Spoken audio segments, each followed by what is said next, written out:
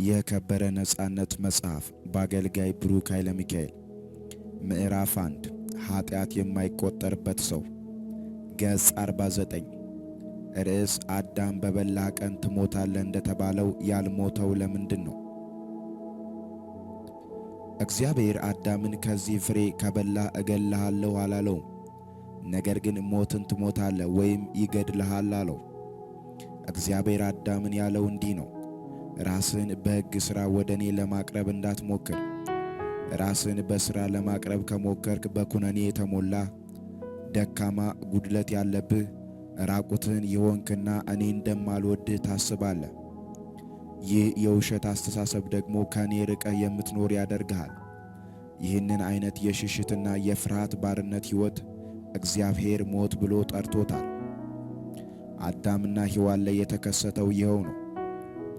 አዳምና ሔዋን ድምፁን ሰምተው ከእግዚአብሔር አምላክ ፊት በዛፎች መካከል ተሸሸጉ። በቅንፍ ዘፍጥረት ምዕራፍ 3 ቁጥር 8። ኃጢአት በሰው ምርጫ ወደ ምድር የገባ የውሸት ማንነት ነው። በተደጋጋሚ ኃጢአትን እግዚአብሔር እንደሚጠላ ከመነገሩ የተነሳ በኃጢአተኛ ላይ የሚሆኑትን ነገሮች እግዚአብሔር እንደሚያመጣቸው ይታሰባል። ነገር ግን ኃጢአት በሰው ልጅ ላይ የሚያመጣው ተያያዥ ውጤት አለው። ኃጢአት ደሞዝ አለው። ደሞዝ ከከፋዩ ጋር የሚያያዝ ነገር ሳይሆን ከሥራው ጋር የሚያያዝ ነገር ነው። ደሞዝ ይከፈለኝ አይከፈለኝ የሚል አተካራ ከከፋዩ ጋር መነጋገር ጠቃሚ አይደለም።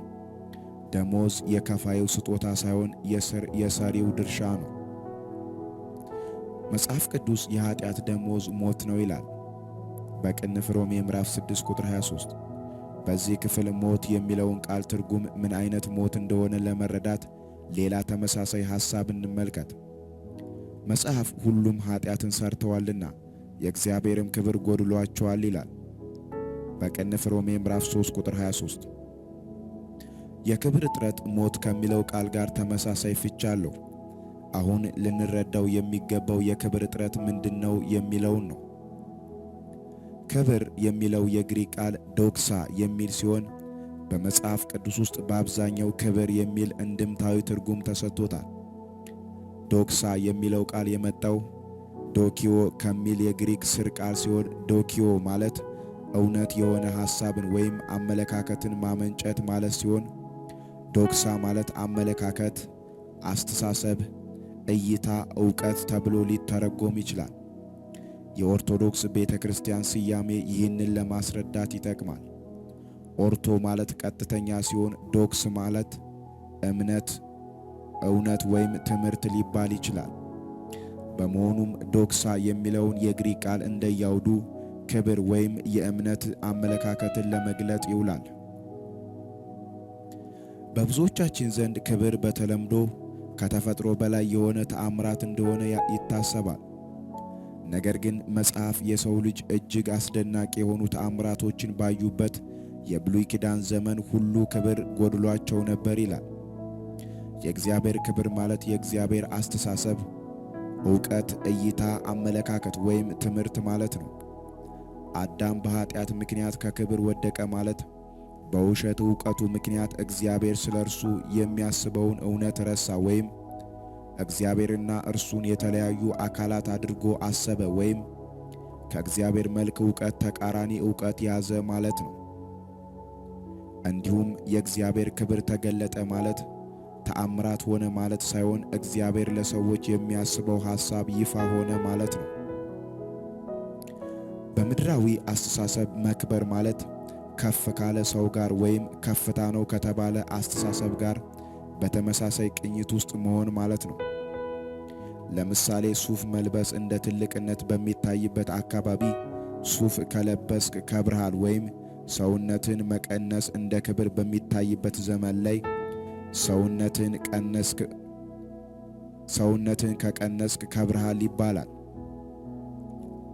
በዚህ አግባብ የክብር እጥረት ወይም ውርደት ማለት ከከበረው አካል ወይም ከክብር ትርጉም በታች ራስን ማስገኘት ማለት ነው። መንፈሳዊ እውነታ ላይ ቆመን መክበርን ስንመለከተው ሰው ከብሯል የሚባለው በተፈጠረበት የእግዚአብሔር መልክና አምሳል ዕውቀት ሲመላለስ ነው። በሮሜ ምዕራፍ 3 ቁጥር 23 ፈሊጣዊ አገላለጽ መሠረት የክብር ጉድለት ራስን ከትክክለኛው ማንነት ወይም ከእግዚአብሔር መልክ ዝቅ አድርጎ መመልከትን ያመለክታል። የክብር ጉድለት እግዚአብሔር ስለ ሰው የሚያስበውን አለማወቅ ወይም እግዚአብሔር ሰውን በሚመለከትበት መንገድ ሰው ራሱን መመልከት አለመቻል ተብሎ ሊተረጎም ይችላል።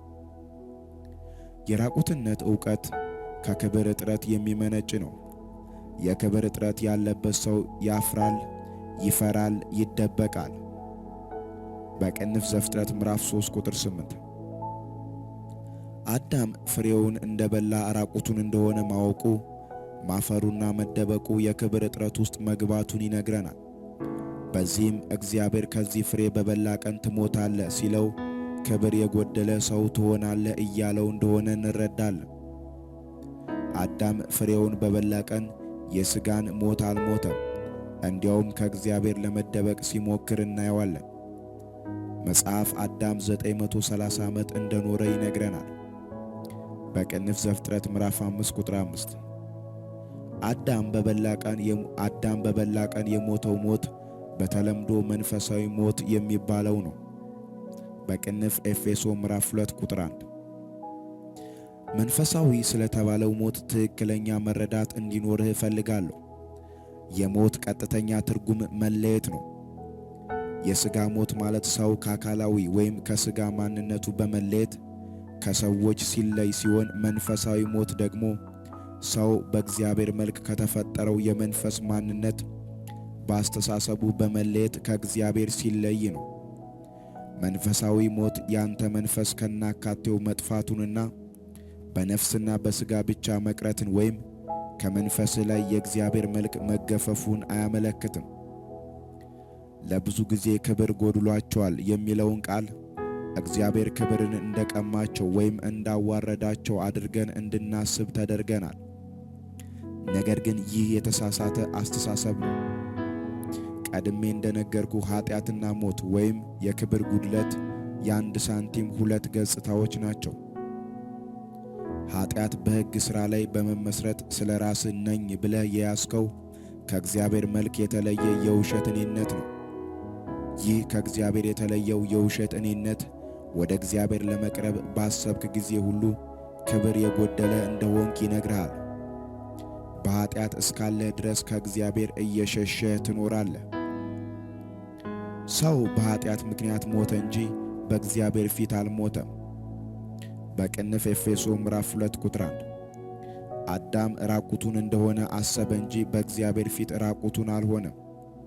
የአዳም ውድቀት የአዳም አእምሮ ውስጥ ያለ ጨለማ ነው። አዳም በተሳሳተ አስተሳሰቡ ምክንያት ከእግዚአብሔር ሸሸ እንጂ እግዚአብሔር ከአዳም አልሸሸም። አዳም በፈቃዱ ውሸትን በማመኑ ያመነው ውሸት ከእግዚአብሔር የጠፋ የማይወደድ ደካማ ባሪያ ኩነኔ የሞላበት እንደሆነ እንዲያስብ አድርጎታል። ተደጋግሞ የሰማነው ትምህርት በአዳም ኃጢአት ምክንያት እግዚአብሔርና ሰው እንደተለያዩ ነው። ይሁን እንጂ ይህ የመለያየት ትምህርት በአዳምና በሰው ዘር ሁሉ ላይ የነገሰ የውሸት ዕውቀት እንጂ እውነት አይደለም። እግዚአብሔር ከአዳም አልተለየም። ነገር ግን አዳም እግዚአብሔር እንደተለየው አምኗል። ከእግዚአብሔር መለየት በእግዚአብሔርና በሰው መካከል የተከሰተ እውነታ ሳይሆን በሰዎች አእምሮ ውስጥ ስለ እግዚአብሔር የተከሰተ ውሸት ነው። መንፈሳዊ ሞት የሚለው አገላለጽ ሰው በአእምሮው ከእግዚአብሔር እንደተለየ በማሰብ በጥል ግድግዳ ውስጥ በመሆን የሚኖረውን ኑሮ የሚያመለክት ነው። መንፈሳዊ ሞት የሞተ ሰው እግዚአብሔር በጸጋው ባለጠግነት ከሰጠው የከበረ መልክ ወርዶ የራሱን ጥረትና ሥራ የማንነቱ ትርጉም ወደ ማድረግ የመጣ ሰው ነው። ሕግ ሰውን ወደ ኃጢአት ይመራል። ኃጢአት ሰውን ወደ ኩነኔው ውስጥ በመክተት በሰው አእምሮ ውስጥ ሰው ወደ እግዚአብሔር እንዳይቀርብ ግድግዳን ይሠራል። ይህ የጥል ግድግዳ ያለው በእግዚአብሔር ዓይን ሳይሆን በሰው አመለካከት ላይ ነው። በቅንፍ ሮሜ ምዕራፍ 8 ቁጥር 7 የፍቅር ኅብረት መመሳሰልን በመረዳት ውስጥ የሚፈጠር ነገር ነው። እግዚአብሔርን እንደማይመስል የሚያስብ ሰው እግዚአብሔር አይቀበለኝም ብሎ ከማመንና ከእግዚአብሔር የፍቅር ኅብረት ከመሸሽ ውጪ ምርጫ አይኖረውም። አዳምና ሔዋን ፍሬውን በበሉ ቅጽበት ራቁቴን ነኝ ወደሚል የተሳሳተ ዕውቀት ደርሰዋል። ያ ዕውቀት ከእግዚአብሔር እንዲሸሹ አስገድዷቸዋል። አሁን ችግሩ እኛ ከእግዚአብሔር ጋር መለያየታችን ነው። የተለየነው እኛ እንጂ እግዚአብሔር አይደለም። ከእግዚአብሔር ጋር ተለያይተናል የሚለው አስተሳሰብ በእግዚአብሔር እይታ የተሳሳተ አስተሳሰብ ነው። ከእግዚአብሔር ጋር መለያየታችን እውነት ሆኖ የሚታየው ለእኛ ነው። ከእግዚአብሔር የተለየነው ክብር ጎድሎን ሳይሆን ክብር እንደ ጎደለን ራሳችንን በመቁጠራችን ነው። ክብር እንደ ጎደለን ራሳችንን የቆጠርነው ውሸትን አምነን ነው። ስለ ራሳችን ውሸትን ያመንነው ከሕግ በታች ራሳችንን በማስገዛታችን ነው። ይህ ማለት የችግሩ ምንጭ ሕግ ወይም ከሕግ በታች ባሪያ ሆኖ መኖር ነው። ሕግ ከውጫዊ ሚዛን በአእምሮ የሚፈጠር ዕውቀት ነው። ይህ ዕውቀት ነገሮችን መልካምና ክፉ ብሎ በመከፋፈል የሚገነባ ነው። ሕግ ውጤት ያመጣል ብለን የምንከተለው ትክክል ያልሆነ ዕውቀት ነው። የችግሩ መፍትሔ አንድ ነው። እርሱም ከሕግ ባርነት ነፃ መውጣት ነው። ከመልካምና ከክፉ ዕውቀት ነፃ መውጣት ነው። ለማግኘት ከመስራት ነፃ መውጣት ነው። ሰው ከሕግ ባርነት ነፃ ሲወጣ ከኃጢአት ነፃ ይወጣል። ከኃጢአት ነፃ ሲወጣ ክብር እንደጎደለው ከማሰብ ነፃ ይወጣል። ክብር እንደጎደለው ከማሰብ ነፃ ሲወጣ ከአባት እግዚአብሔር ጋር በልጅነት የፍቅር ኅብረት ውስጥ ይኖራል። ቺርስ! እግዚአብሔር የሚፈልገው ይህንን ነው። አንዳንዶች እግዚአብሔር በኢየሱስ በኩል ጸጋን ሊገልጥ ስለፈለገ ሰው መውደቅ ወይም መሞት ነበረበት በማለት ያስተምራሉ። ነገር ግን እግዚአብሔር ለአዳም ቀድሞውኑ ጸጋውን ስለሰጠው ጸጋውን ለመግለጥ አዳም እንዲሞት ፈልጓል ማለት ልክ አይደለም። ጸጋ ማለት ያለ ሥራና ጥረት የእግዚአብሔር መልክ ወይም ጥበብ፣ ቅድስና፣ ዕረፍት፣ ነፃነት፣ ኃይል ሲሰጥ ማለት ነው። ጸጋ የሕግ ወይም የሥራ ተቃራኒ ነው። እግዚአብሔር ከመጀመሪያው ሰውን የፈጠረው በጸጋ እንዲኖር ነው። ከአዳም ጀምሮ የሰው ዘር በሙሉ ውሸትን በማመን ለጸጋው በመታወራችን ጸጋ ለዘመናት ምስጢር ሆኖ በመቆየት በድጋሜ በኢየሱስ ተገልጧል። በቅንፍ አንደኛ ጢሞቴዎስ ምዕራፍ 1 ከቁጥር 9 እስከ 10 በኢየሱስ አማካኝነት ከውሸት ጨለማ የተነሳ ማየት ያልቻልነው ጸጋ ተገለጠ እንጂ ታይቶ የማይታወቅ ጸጋ አልመጣም። መጽሐፍ ዓለምን ሁሉ የሚያድን ጸጋ እንደተገለጠ ይነግረናል። በቅንፍ ቲቶ ምዕራፍ 2 ቁጥር 11 ጸጋ ተገለጠ ማለት የነበረ ነገር ግን ከጨለማ የተነሳ ማየት ያልቻልነው ነገር በብርሃን አማካኝነት ስናየው ማለት ነው። ኢየሱስ ክርስቶስ የዓለም ብርሃን ሆኖ በመምጣቱ ጸጋው ተገልጦልናል። አዳም በኃጢአት ሞተ ስንል የሞተው በፈቃዱ የውሸት ዕውቀት በማመን እንጂ በእግዚአብሔር ፊት የሞተ አልነበረም። እግዚአብሔር ወደ አዳም ሲመለከት በመልኩ የፈጠረው ተፈጥሮ ወደ ኃጢአተኝነት እንደተቀየረ አያውቅም። ምክንያቱም የትኛው ምድራዊ ኃይል የእግዚአብሔርን ሥራ ሊቀለብሰው አይችልም። ይሁን እንጂ እግዚአብሔር በመልኩ በፈጠረው ጻድቅ ተፈጥሮ ላይ በሕግ ምክንያት ኃጢአት ጥገኛ ሆኖ በመግባት አዳም ጻድቅ ማንነቱን ማየት እንዳይችል አድርጎታል። የሰው ተፈጥሮ ኃጢአተኛ እንደሆነ እንድናስብ ያደረገን ሐዋርያው ጳውሎስ በሮሜ ምዕራፍ 7 ቁጥር 18 እና ቁጥር 25 ላይ ኃጢአተኛ ተፈጥሮዬ በማለት ያነሳው ሐሳብ ላይ በመመስረት ነው። ሐዋርያው በዚያ ምዕራፍ ቁጥር 17 ላይ ኃጢአተኛ ተፈጥሮ ያለው በእግዚአብሔር በተፈጠረው ማንነቱ ውስጥ በሕግ ምክንያት ጥገኛ ሆኖ የገባውን ከእግዚአብሔር መልክ ጋር ተቃራኒ የሆነውን ማንነት ነው። ኃጢአት በእውነተኛ ማንነታችን ላይ ጥገኛ የመሆን ዕድልን የሚያገኘው በሕግ አማካኝነት ነው። አንድ ጊዜ ሕግ ኃጢአትን በውስጣችን ሲያስገባ ትክክለኛው ማንነታችንን እንዳናይ ሆነን እንሞታለን። በቅንፍ ሮሜ ምዕራፍ 7 ከቁጥር 8 እስከ 9 አዳምም ሆነ የሰው ዘር በእግዚአብሔር ፊት ወድቀው አያውቁም። ሰው በክርስቶስ የዳነው ከሕግ ባርነት ነው።